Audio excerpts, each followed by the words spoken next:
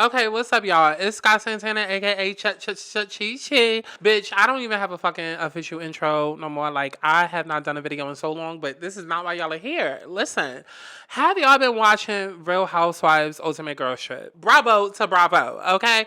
Brava to Bravo, because Bravo, when I tell you Bravo has a hit on their fucking hands with Real Housewives Ultimate Girls Trip. Now listen, Mona Scott, she tried to do the whole little love and hip hop family reunion all stars thing, and this is kind of something that I like.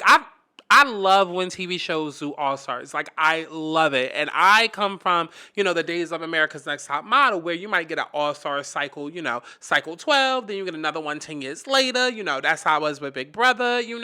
But now we're living in the days and age of RuPaul's Drag Race where now All Stars is a show of its own. And then you have a new season premiering every fucking year. So it's like, it kind of takes a spunk out of it. But still, being a TV buff, like, I look at all of these shows and I'm like, okay, it would be cool if I saw this person with that person in this city with that city, like, whatever, right?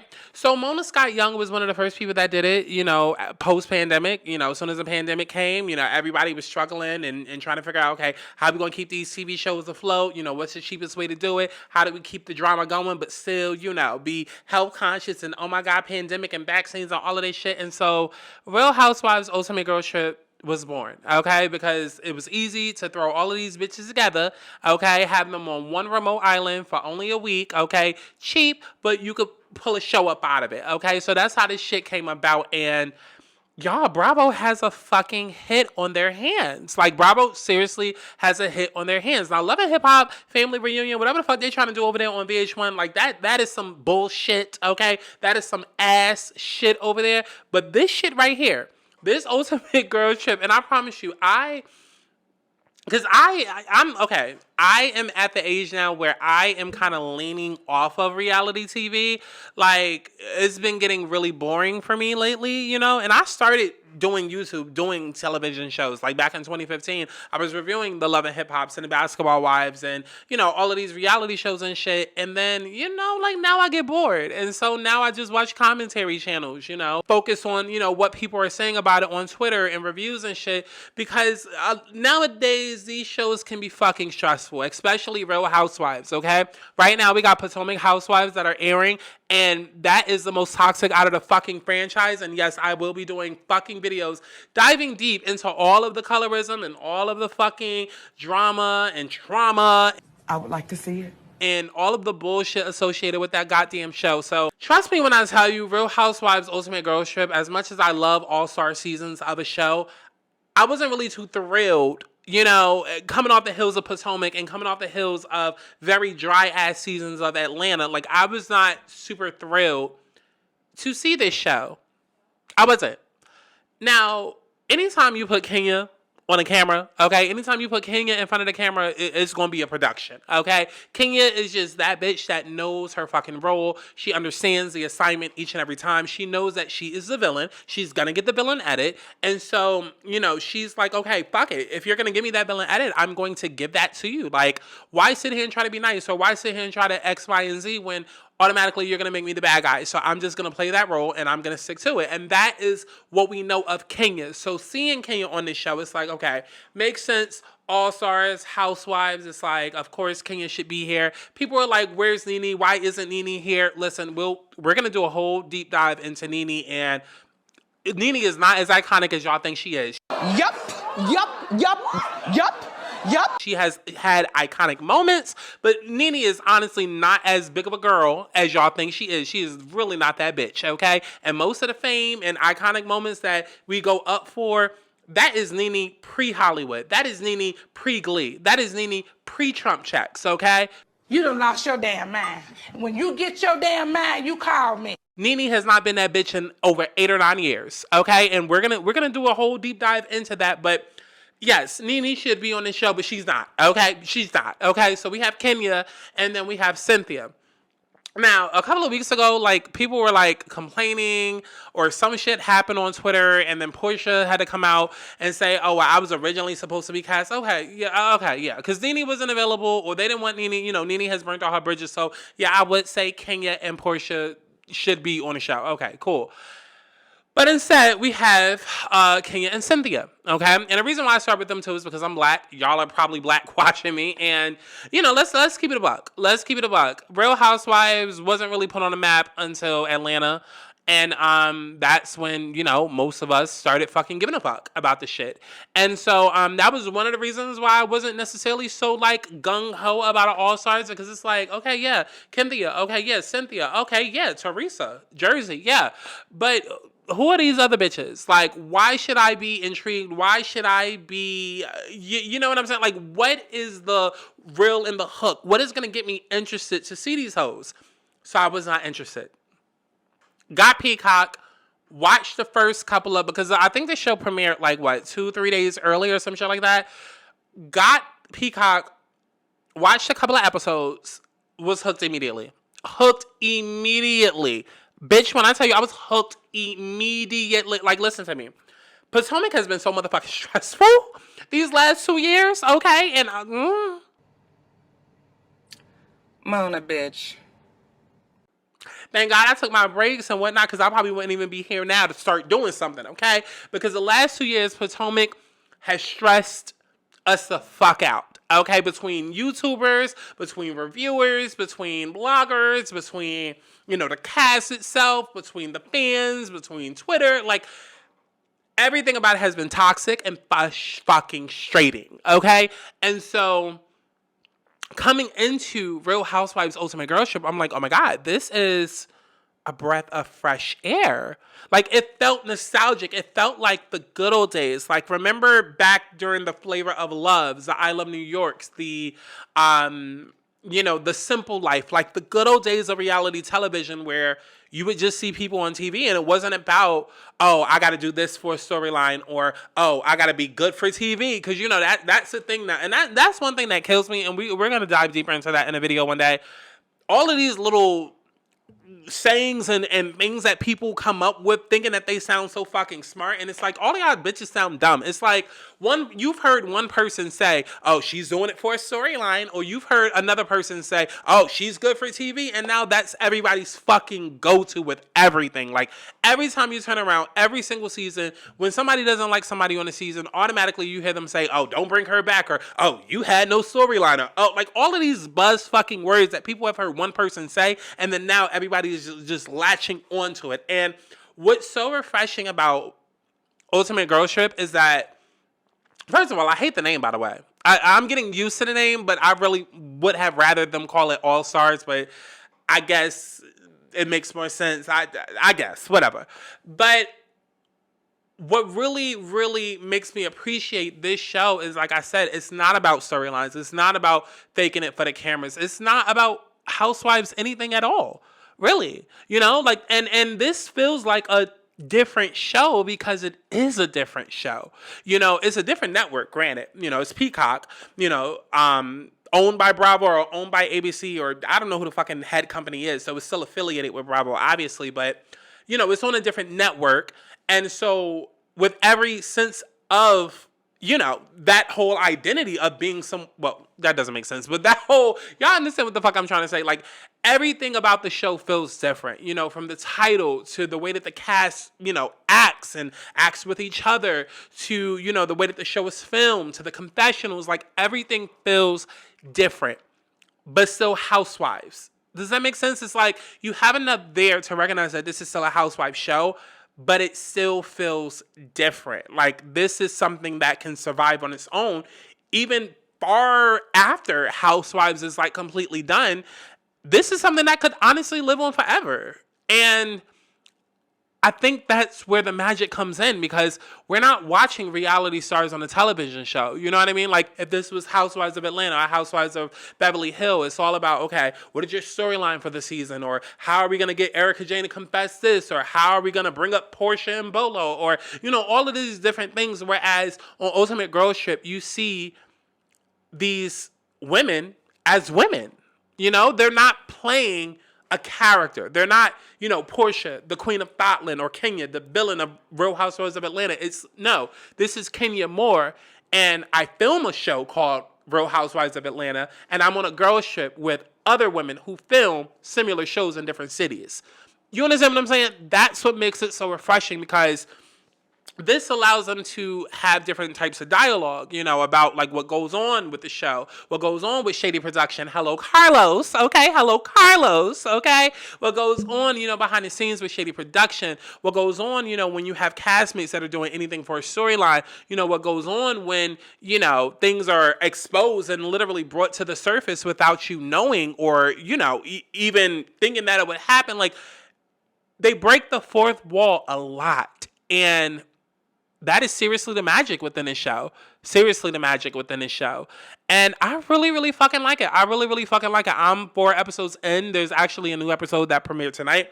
But I felt like I just wanted to do like a little overview before I actually get into like doing like recaps or reviews. I have the fuck I'm going to do it. But yeah, the last 4 episodes thus far, this is clearly, very, very clearly, the Kenya and Cynthia show. And I don't know if Cynthia knew that she was about to lose her peach or get downsized to a friend or whatever fucking happened with her over in Atlanta. But Cynthia is doing the most on this motherfucking show. And I'm so glad that everybody on Twitter and everybody reviewing the show is in agreement that Cynthia is doing the most, because typically when people cry or people are quiet or people are of like a Cynthia Peacemaker type of, you know, mold, they get away with murder. You understand what I'm saying? Like, people don't think that, oh, this person is playing dirty or this person said this or did this. Like, they get away with fucking murder because it's like, oh, no, Cynthia? No, nobody would ever, no. But the great thing about this show is, again, it's not about storylines. It's not about what's good for the show. This is literally like set up like the real world. Take 7 housewives, real life situation, whatever happens, happens, and it is what it is, and that is our show, right? That's what the Kardashians do. That's why they've ran for so fucking long. That's why they're so fucking iconic, whether people want to admit it or not, because literally all the Kardashians do is, I mean, of course they create situations here and there, whatever, but it's like all they do is just have cameras document their every last fucking move, and then they take bits and pieces of their life and create the show from that. That's what Real Housewives used to be before it became, okay, we have to, and I know when it started happening. It started happening around, if we're going to go by Atlanta, it started happening around season 6, I want to say. That's when it started, the whole storyline thing. That's when it started, but it really didn't kick off until season 9, okay? Because that's when we started getting the word gate, right? Right? Because at first we had Pillowgate, which was the whole sleepover party, right? And then by season 9, we had the whole rape gate, dungeon gate situation, you know. And then every season it had to be something gate, right? It's like the whole season had to revolve around some big, you know what I mean? And that's the thing. It's like, that's how these shows and just anything in general gets fucking stylish, because instead of being creative or constantly innovating and constantly pushing the pen, we find one thing that works, and then we constantly want to keep redoing it, and to the point where it's fucking played out. And that's why Housewives has grown to be so fucking played out, and why Ultimate Girls Trip is so much more fucking refreshing right now, because it's not about, again, finding a storyline. It's not about doing this or outdoing the season or topping. Like, listen, first season hadn't even aired yet, and you already had Andy doing interviews talking about season 2. By the way, wait until you see All Stars season 2. Is it good? Dude, it is wall-to-wall drama. Like, you know, when you go to the Berkshires, something happens. The Berkshires. I mean, it's like a hothouse. I agree. I mean, it's wild.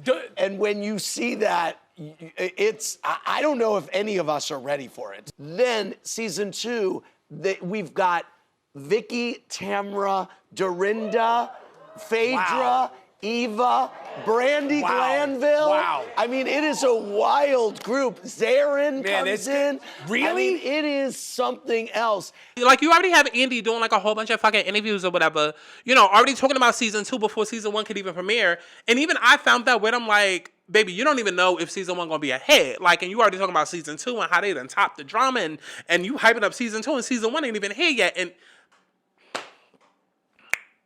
Andy was right. Season 1 is popping. So if season 1 is this fucking lit thus far, I cannot wait to see how season 2 is going to be. I feel like season 2 is going to be amazing. Again, I want to see this keep going and going and going. I am very surprised that this is as much of the Cynthia show as it is. Kenya, of course, we knew the drama was going to center around her, especially with a character like Ramona. We knew that, right? And honestly, I automatically just assumed that the show would kind of be like this because, you know, people would think that, okay, when you take like 8 different breakout stars from different cities, different shows and put them on one show, that it would kind of be like Bad Girls Club where everybody's fighting for attention. But This is phony. A whole bunch of fucking phony ass bitches. at the end of the day, you have icons, and then you have icons of icons, and you have alphas, and you know what I mean? Sometimes a breakout star, you're only the breakout star because the rest of your cast is whack. Okay? And then other times you have, you know, a breakout star where everybody plays their part, but you're just the alpha. You're the most dominant, whatever. And so with this show, I didn't really expect everybody else to be acting out too much, but I definitely didn't expect Cynthia to be getting as much camera time as she's getting. So again, I don't know if that bitch knew she was on the chopping block, but listen, Cynthia doing team too much. If you asking me, I am team Kenya. Cynthia doing way too much with her friendship with Kenya. And apparently they are not friends anymore. And apparently it's a show that this show is the reason why they fell out and why they are no longer cool. And we just gonna have to see how shit goes because episode 1 through 4, it had me ready to choke this shit out of Cynthia. Like, baby, you up here, you fraternizing and flirting and doing all of this, that, and the third with the rest of the girls. Okay, you get to be friends with Teresa, but Kenya gotta shut up and sit in the corner. Why? Because everybody automatically expects her to be a bitch, and you thought that you was gonna have to jump in and save Kenya. And, no, Kenya's not a no. Cynthia, we're not playing those games. Not at this table. That's what we're not doing. Yeah, that's not what we're doing. So, you know, I just wanted to get my quick little overview before I get into this, you know, episode. I think we're on episode 5 now. I just wanted to get my quick little rundown so the review wasn't too long or whatever. But yeah, I like the show. I want to see it keep going and going and going and going and going. And yeah, definitely need to see Candace up on one of these shows because nobody on Real Housewives of Potomac is likable, but Candace definitely needs to get off of that show and get onto this show to be around some other ladies to see, okay, it's not you, it's the people you're around, and that, you know, I want to see Candace be able to let her hair down. I also agree with what some people were saying about how, like, if we're going to keep doing these girl trips, you know, this should be where you're bringing back old people like the Nenes, the Sheree, the Kims. That is the capacity that I want to see these old girls. Not just bringing them on the fucking regular seasons of a show. And no. Bring them on vacation. We could catch up with them there for a quick week or a quick 8 episodes. But I don't want to see Phaedra up on season 15 of Atlanta. I don't. But that was my thoughts. Like I said, I'm about to get into, you know, the review for episode 5. We're going to see what that's given. Okay, and if Cynthia annoys me, I'm going to read the fuck out of her. Okay, and if Kenya annoys me, I'm going to read the fuck out of her. Okay, I already seen some clips. Already a little bit pissed off, okay? Because y'all going to get enough of pissing people off, okay? And poking the monster and then telling them how mad to get, okay? Stop pissing people off and then trying to police their reaction, okay? So, we're going to see what episode 5 is giving. I'm going to do a review for it. And yeah, we're going to get into it. Let me know down below. What the fuck did y'all think about this motherfucking show? These episodes, like, are y'all liking it? Like, I love it. I love it. I love it. I love everything about it. The way that it's, I just love it. I love it. I love it completely. And I wish the regular show was a little bit more like this. But then at the same time, that's kind of what makes it special. So I just hope that they keep this whole tradition going, especially with what they did like with the 4th episode.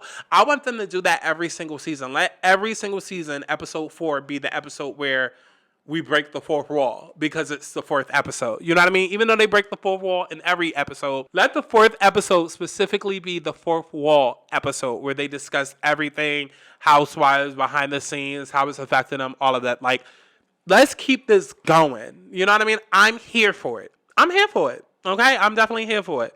All right, so definitely make sure that y'all follow me on social media, okay? Argue me back and forth on Twitter, okay? Argue me back and forth on Twitter, okay? Maybe if I get enough people that follow me on Twitter one day, I'll start holding like Twitter spaces and shit. You know, we could have conversations and shit on Twitter. But make sure y'all hoes follow me on Twitter. Follow me on Instagram. Okay, follow all my social media. If you into spirituality and astrology and all that shit, baby, follow my spirituality channel as well and get you a read done. Okay? We got another eclipse coming up, solar eclipse coming up on December 4th. Okay, so follow that channel. Okay, so you can know more about that. Let's see, anything else? Follow my Patreon, okay? Because new content is coming, new story times are coming. And my new podcast, Let's Start There, will be coming very, very soon. All right, so I love each and every one of y'all. And HD boo. All right, bye. Mwah. I'm a baddie, and they all wanna taste just to say that they had a nigga. fat and it tastes like Skittles. Turn the shit around and watch how I jiggle. You better work, notice ass back and wiggle. And never had shake that thing in the middle. Ass so fat and it tastes like Skittles. Turn the shit around and watch how I jiggle. You better work, notice ass back and wiggle, bitch. Wiggle, wiggle, wiggle, bitch.